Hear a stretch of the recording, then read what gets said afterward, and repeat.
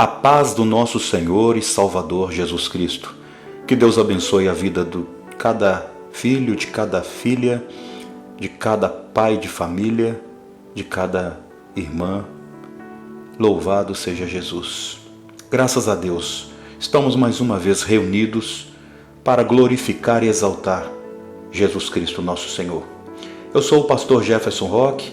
Que Deus abençoe a tua vida poderosamente. Seja bem-vindo, bem-vinda neste canal. Amém, queridos? Este trabalho é feito para edificar as nossas vidas. Coloque a tua vida na presença de Deus. Não abra mão da salvação. Não abra mão das promessas que o Senhor tem para você. Eu peço aos amados irmãos que deixem o teu like no nome de Jesus. Isto é muito importante para esse trabalho, amados. Deixando o teu like, isto me ajuda a divulgar o Evangelho a lugares mais distantes. Amém? Clique no sininho, inscrevam-se neste canal. Aleluia! Nós estaremos fazendo a oração após a ministração da palavra. Graças a Deus. Todos os dias você tem a oportunidade de estar acompanhando a mensagem e estarmos juntos orando. Graças a Deus. Aquele que ora tem vitória. Amém? A palavra do nosso Senhor nos fala que é melhor obedecer do que sacrificar. Então tem muitos sacrificando, tem muitas pessoas falando e fazendo muitas coisas, mas não obedece. Se você obedecer, você vai ver que a bênção vai chegar na tua vida. Aleluia. Vamos dar continuidade? Nós aprendemos aqui no episódio passado que Saul, ele estava desesperado porque ele avistou o exército filisteu acampado para atacar Israel.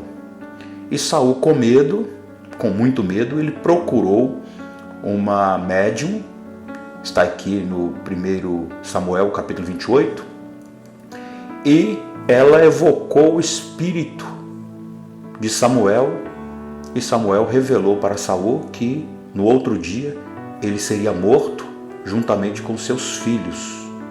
E os exércitos de Israel também tinham sido entregados nas mãos dos filisteus. O próprio Senhor entregou todos nas mãos do inimigo. Aqui é uma observação. A pessoa, quando ela sai da presença de Deus, quando ela sai dos propósitos de Deus, essa pessoa ela perde a proteção do próprio Deus. E aqui nos fala que o Senhor entrega essas pessoas ao inimigo. Você compreende?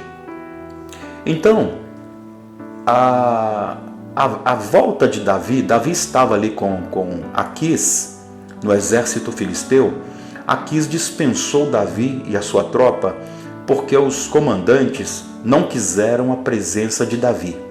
Então aqui nós mencionamos que isto foi um livramento que Deus também deu a Davi e os seus homens para não participarem daquelas batalhas que iria acontecer, daquela guerra terrível que iria acontecer ali no Monte Gilboa. Davi, voltando para Ziclag, ao chegar lá, ele encontrou toda a cidade queimada, destruída, saqueada, mulheres, crianças, tudo que eles tinham sido levados pelos amalequitas. Olha bem, então havia uma providência divina da parte de Deus também para que Davi voltasse e fosse ao encontro dos amalequitas que haviam levado toda a família daqueles homens. Olha bem, imagina você chegando num lugar e encontrando toda a cidade destruída. E havia passado 3 dias. E uma observação aqui maravilhosa como Davi, a intimidade dele com o Senhor. A palavra do Senhor nos fala que Davi consulta a Deus. Davi ora a Deus. Ele manda buscar o colete sacerdotal. E Davi pergunta: Senhor, eu devo ir atrás dos amalequitas? Eu devo ir guerrear? E o Senhor fala que sim. Olha, amados, quando Deus está no propósito, quando o Senhor está na tua causa e você ora, você deve orar. Você compreende que Davi fez a oração: Senhor, eu devo ir lá? Eu devo ir atrás do inimigo? Porque eles tinham levado tudo. E o Senhor falou: vá, pode ir. E Davi com seus homens foram, guerrearam e recuperaram tudo. A palavra do Senhor nos fala que eles lutaram da parte da manhã até a tarde. Então foi uma grande batalha. E alguns fugiram em camelos. Aqui a palavra nos fala 400 jovens. 400 jovens fugiram montados em camelos. Então nos mostra aqui que era grande o volume de soldados amalequitas.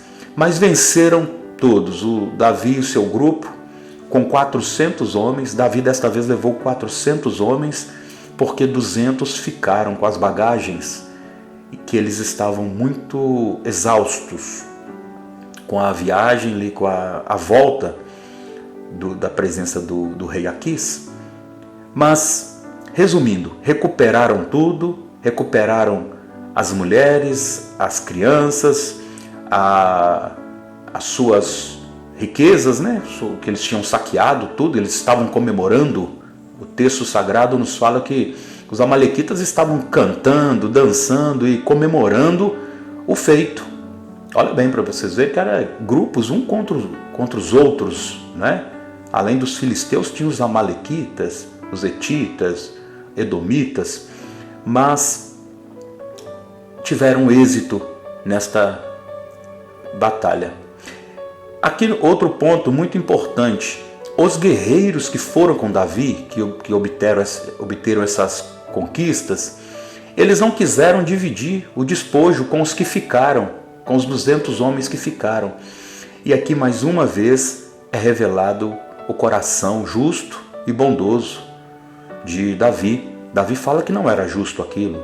Davi fala: não, quem irá concordar com isto? Todos têm direito em uma parte do despojo. Mas os soldados, os guerreiros que foram com Davi, falou que não, que eles poderiam pegar só as mulheres e as crianças e ir embora em paz, calados, porque eles não guerrearam. Porém, Davi não achou correto. Davi falou que todos têm direito, porque todos de alguma forma cooperaram.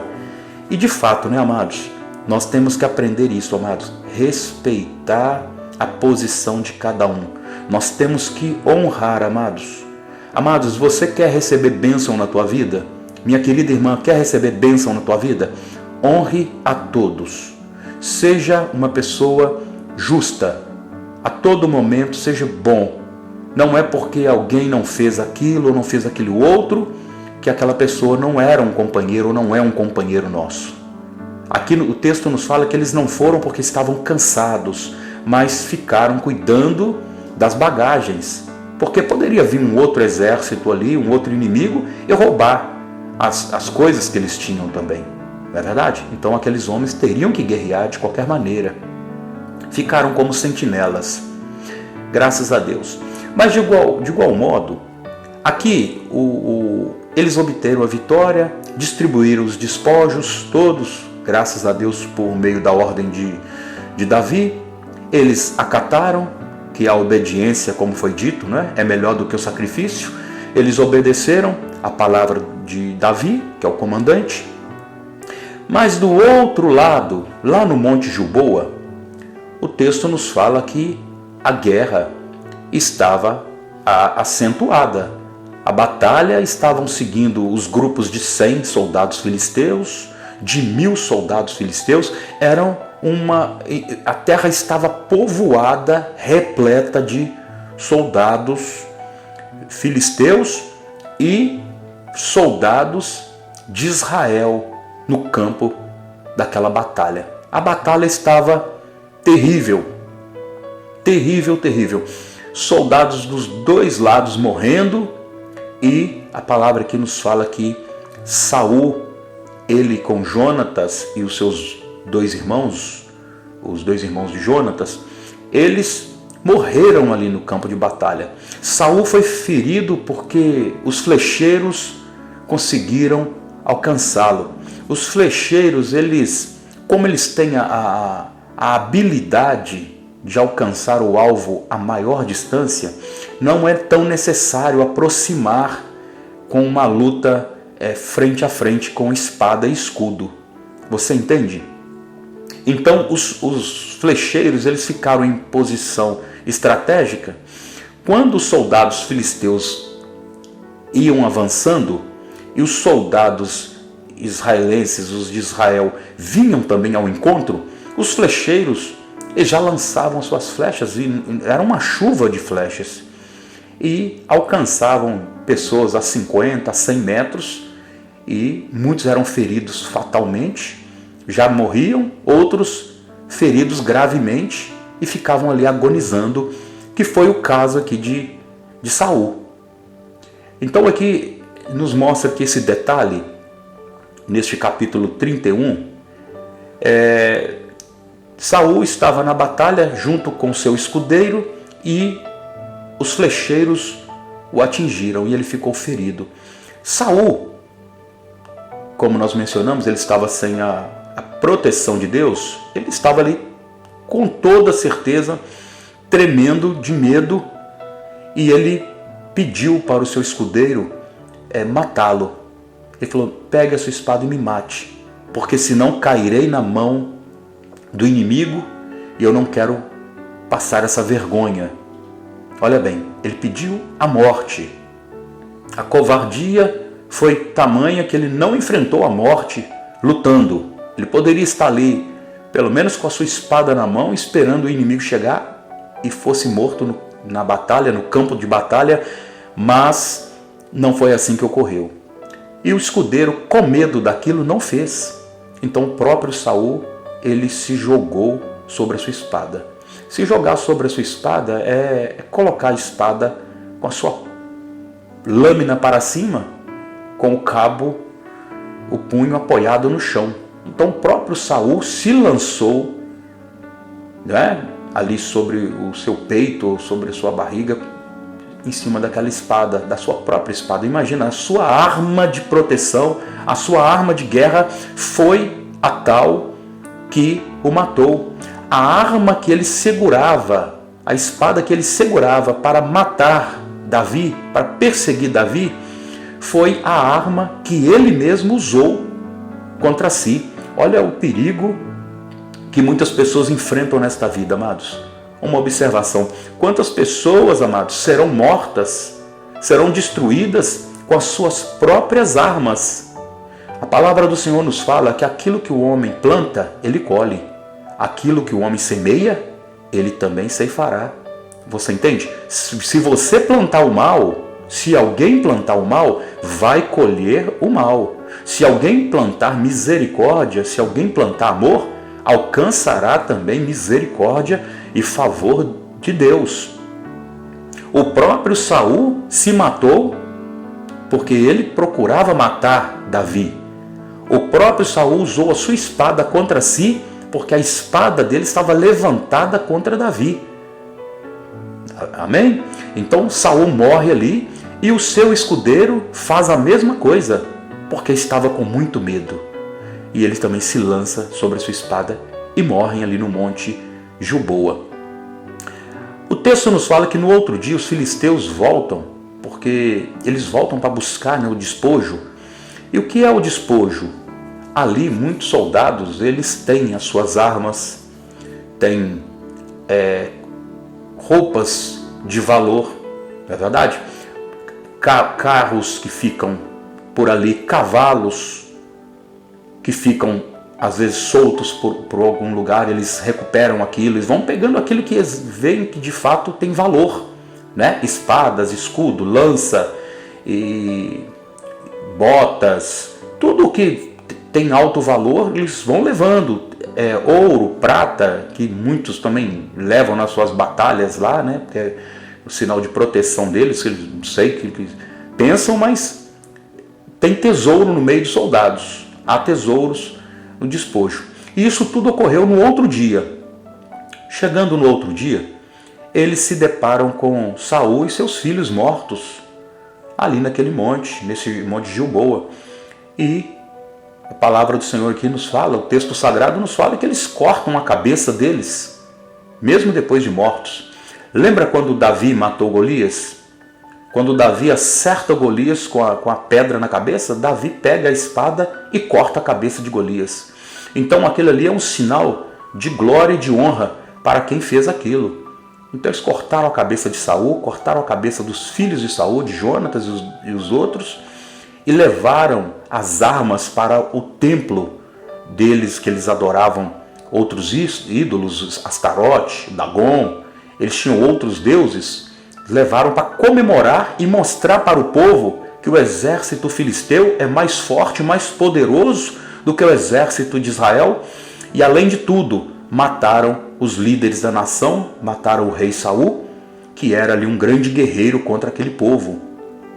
Não sabendo os filisteus que foi Deus que entregou o exército de Israel na mão deles. Foi Deus. A glória e a honra não foi dos filisteus. Os filisteus apenas foi um instrumento usado por Deus ou por permissão de Deus para vencer Israel. Muitas coisas, amados, se levantam contra a vida de algumas pessoas, da minha vida, da sua vida.